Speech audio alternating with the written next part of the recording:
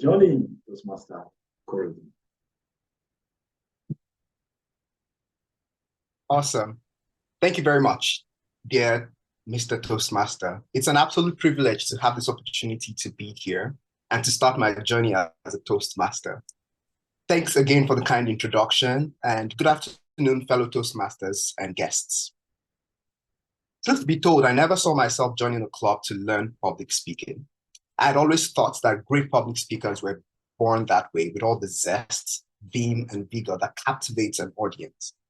I never thought that it was possible to learn all these skills, but here I am taking my first step on my journey to becoming an accomplished public speaker and leader.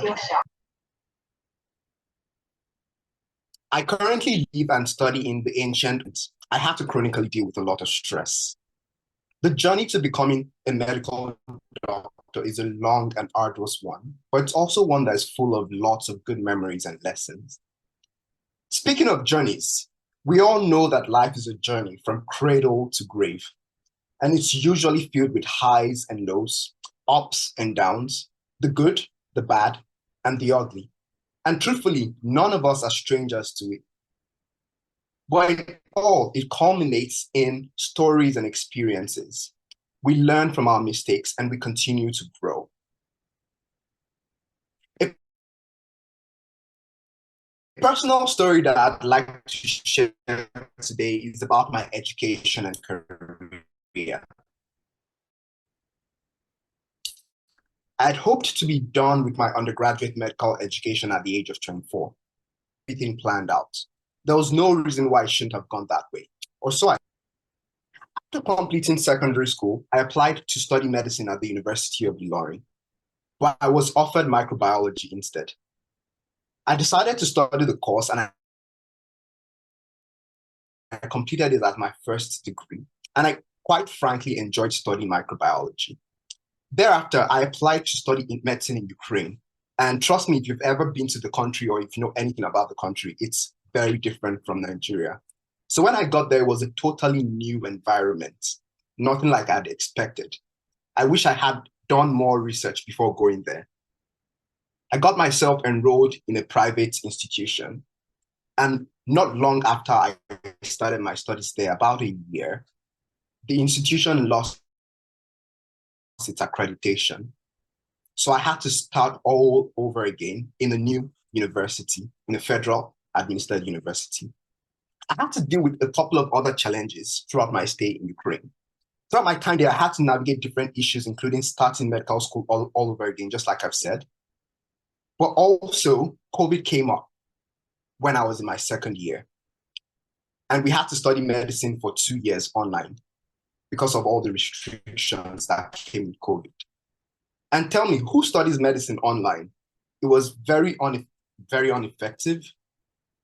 And it was just very difficult to even focus or to be motivated to study. I lost my motivation to study. I wasn't enjoying school. I didn't even want to be in school anymore at that point. But I had to keep, my focus on the goal. I had to keep myself motivated one way or the other and just keep myself going.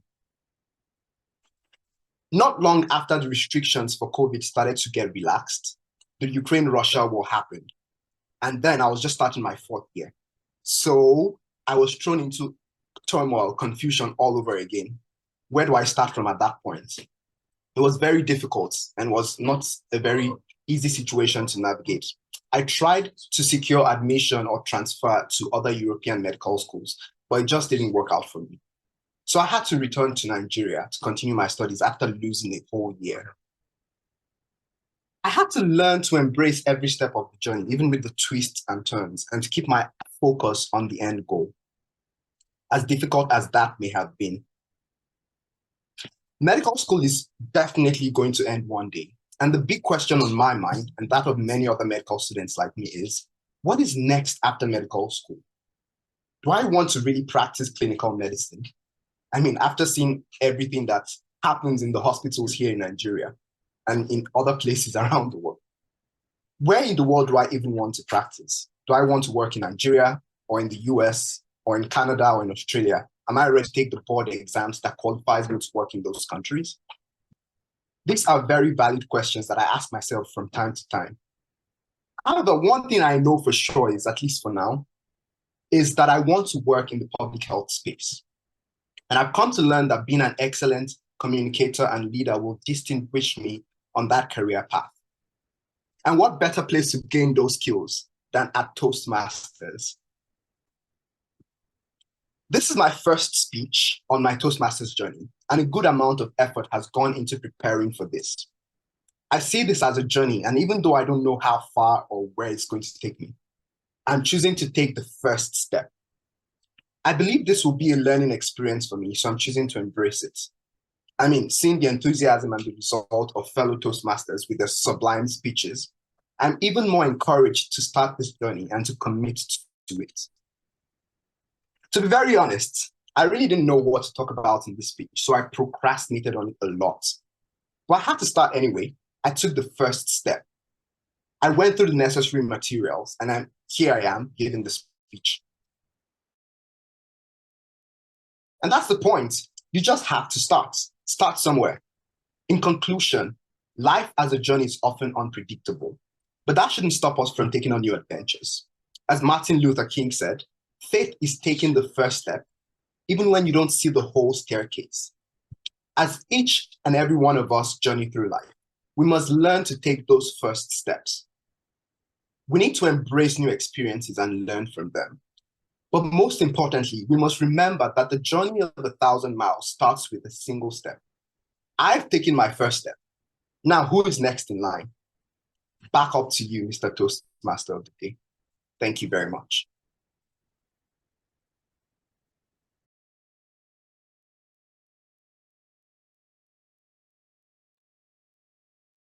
Toastmaster Korede, I particularly love the way you pronounce Toastmasters.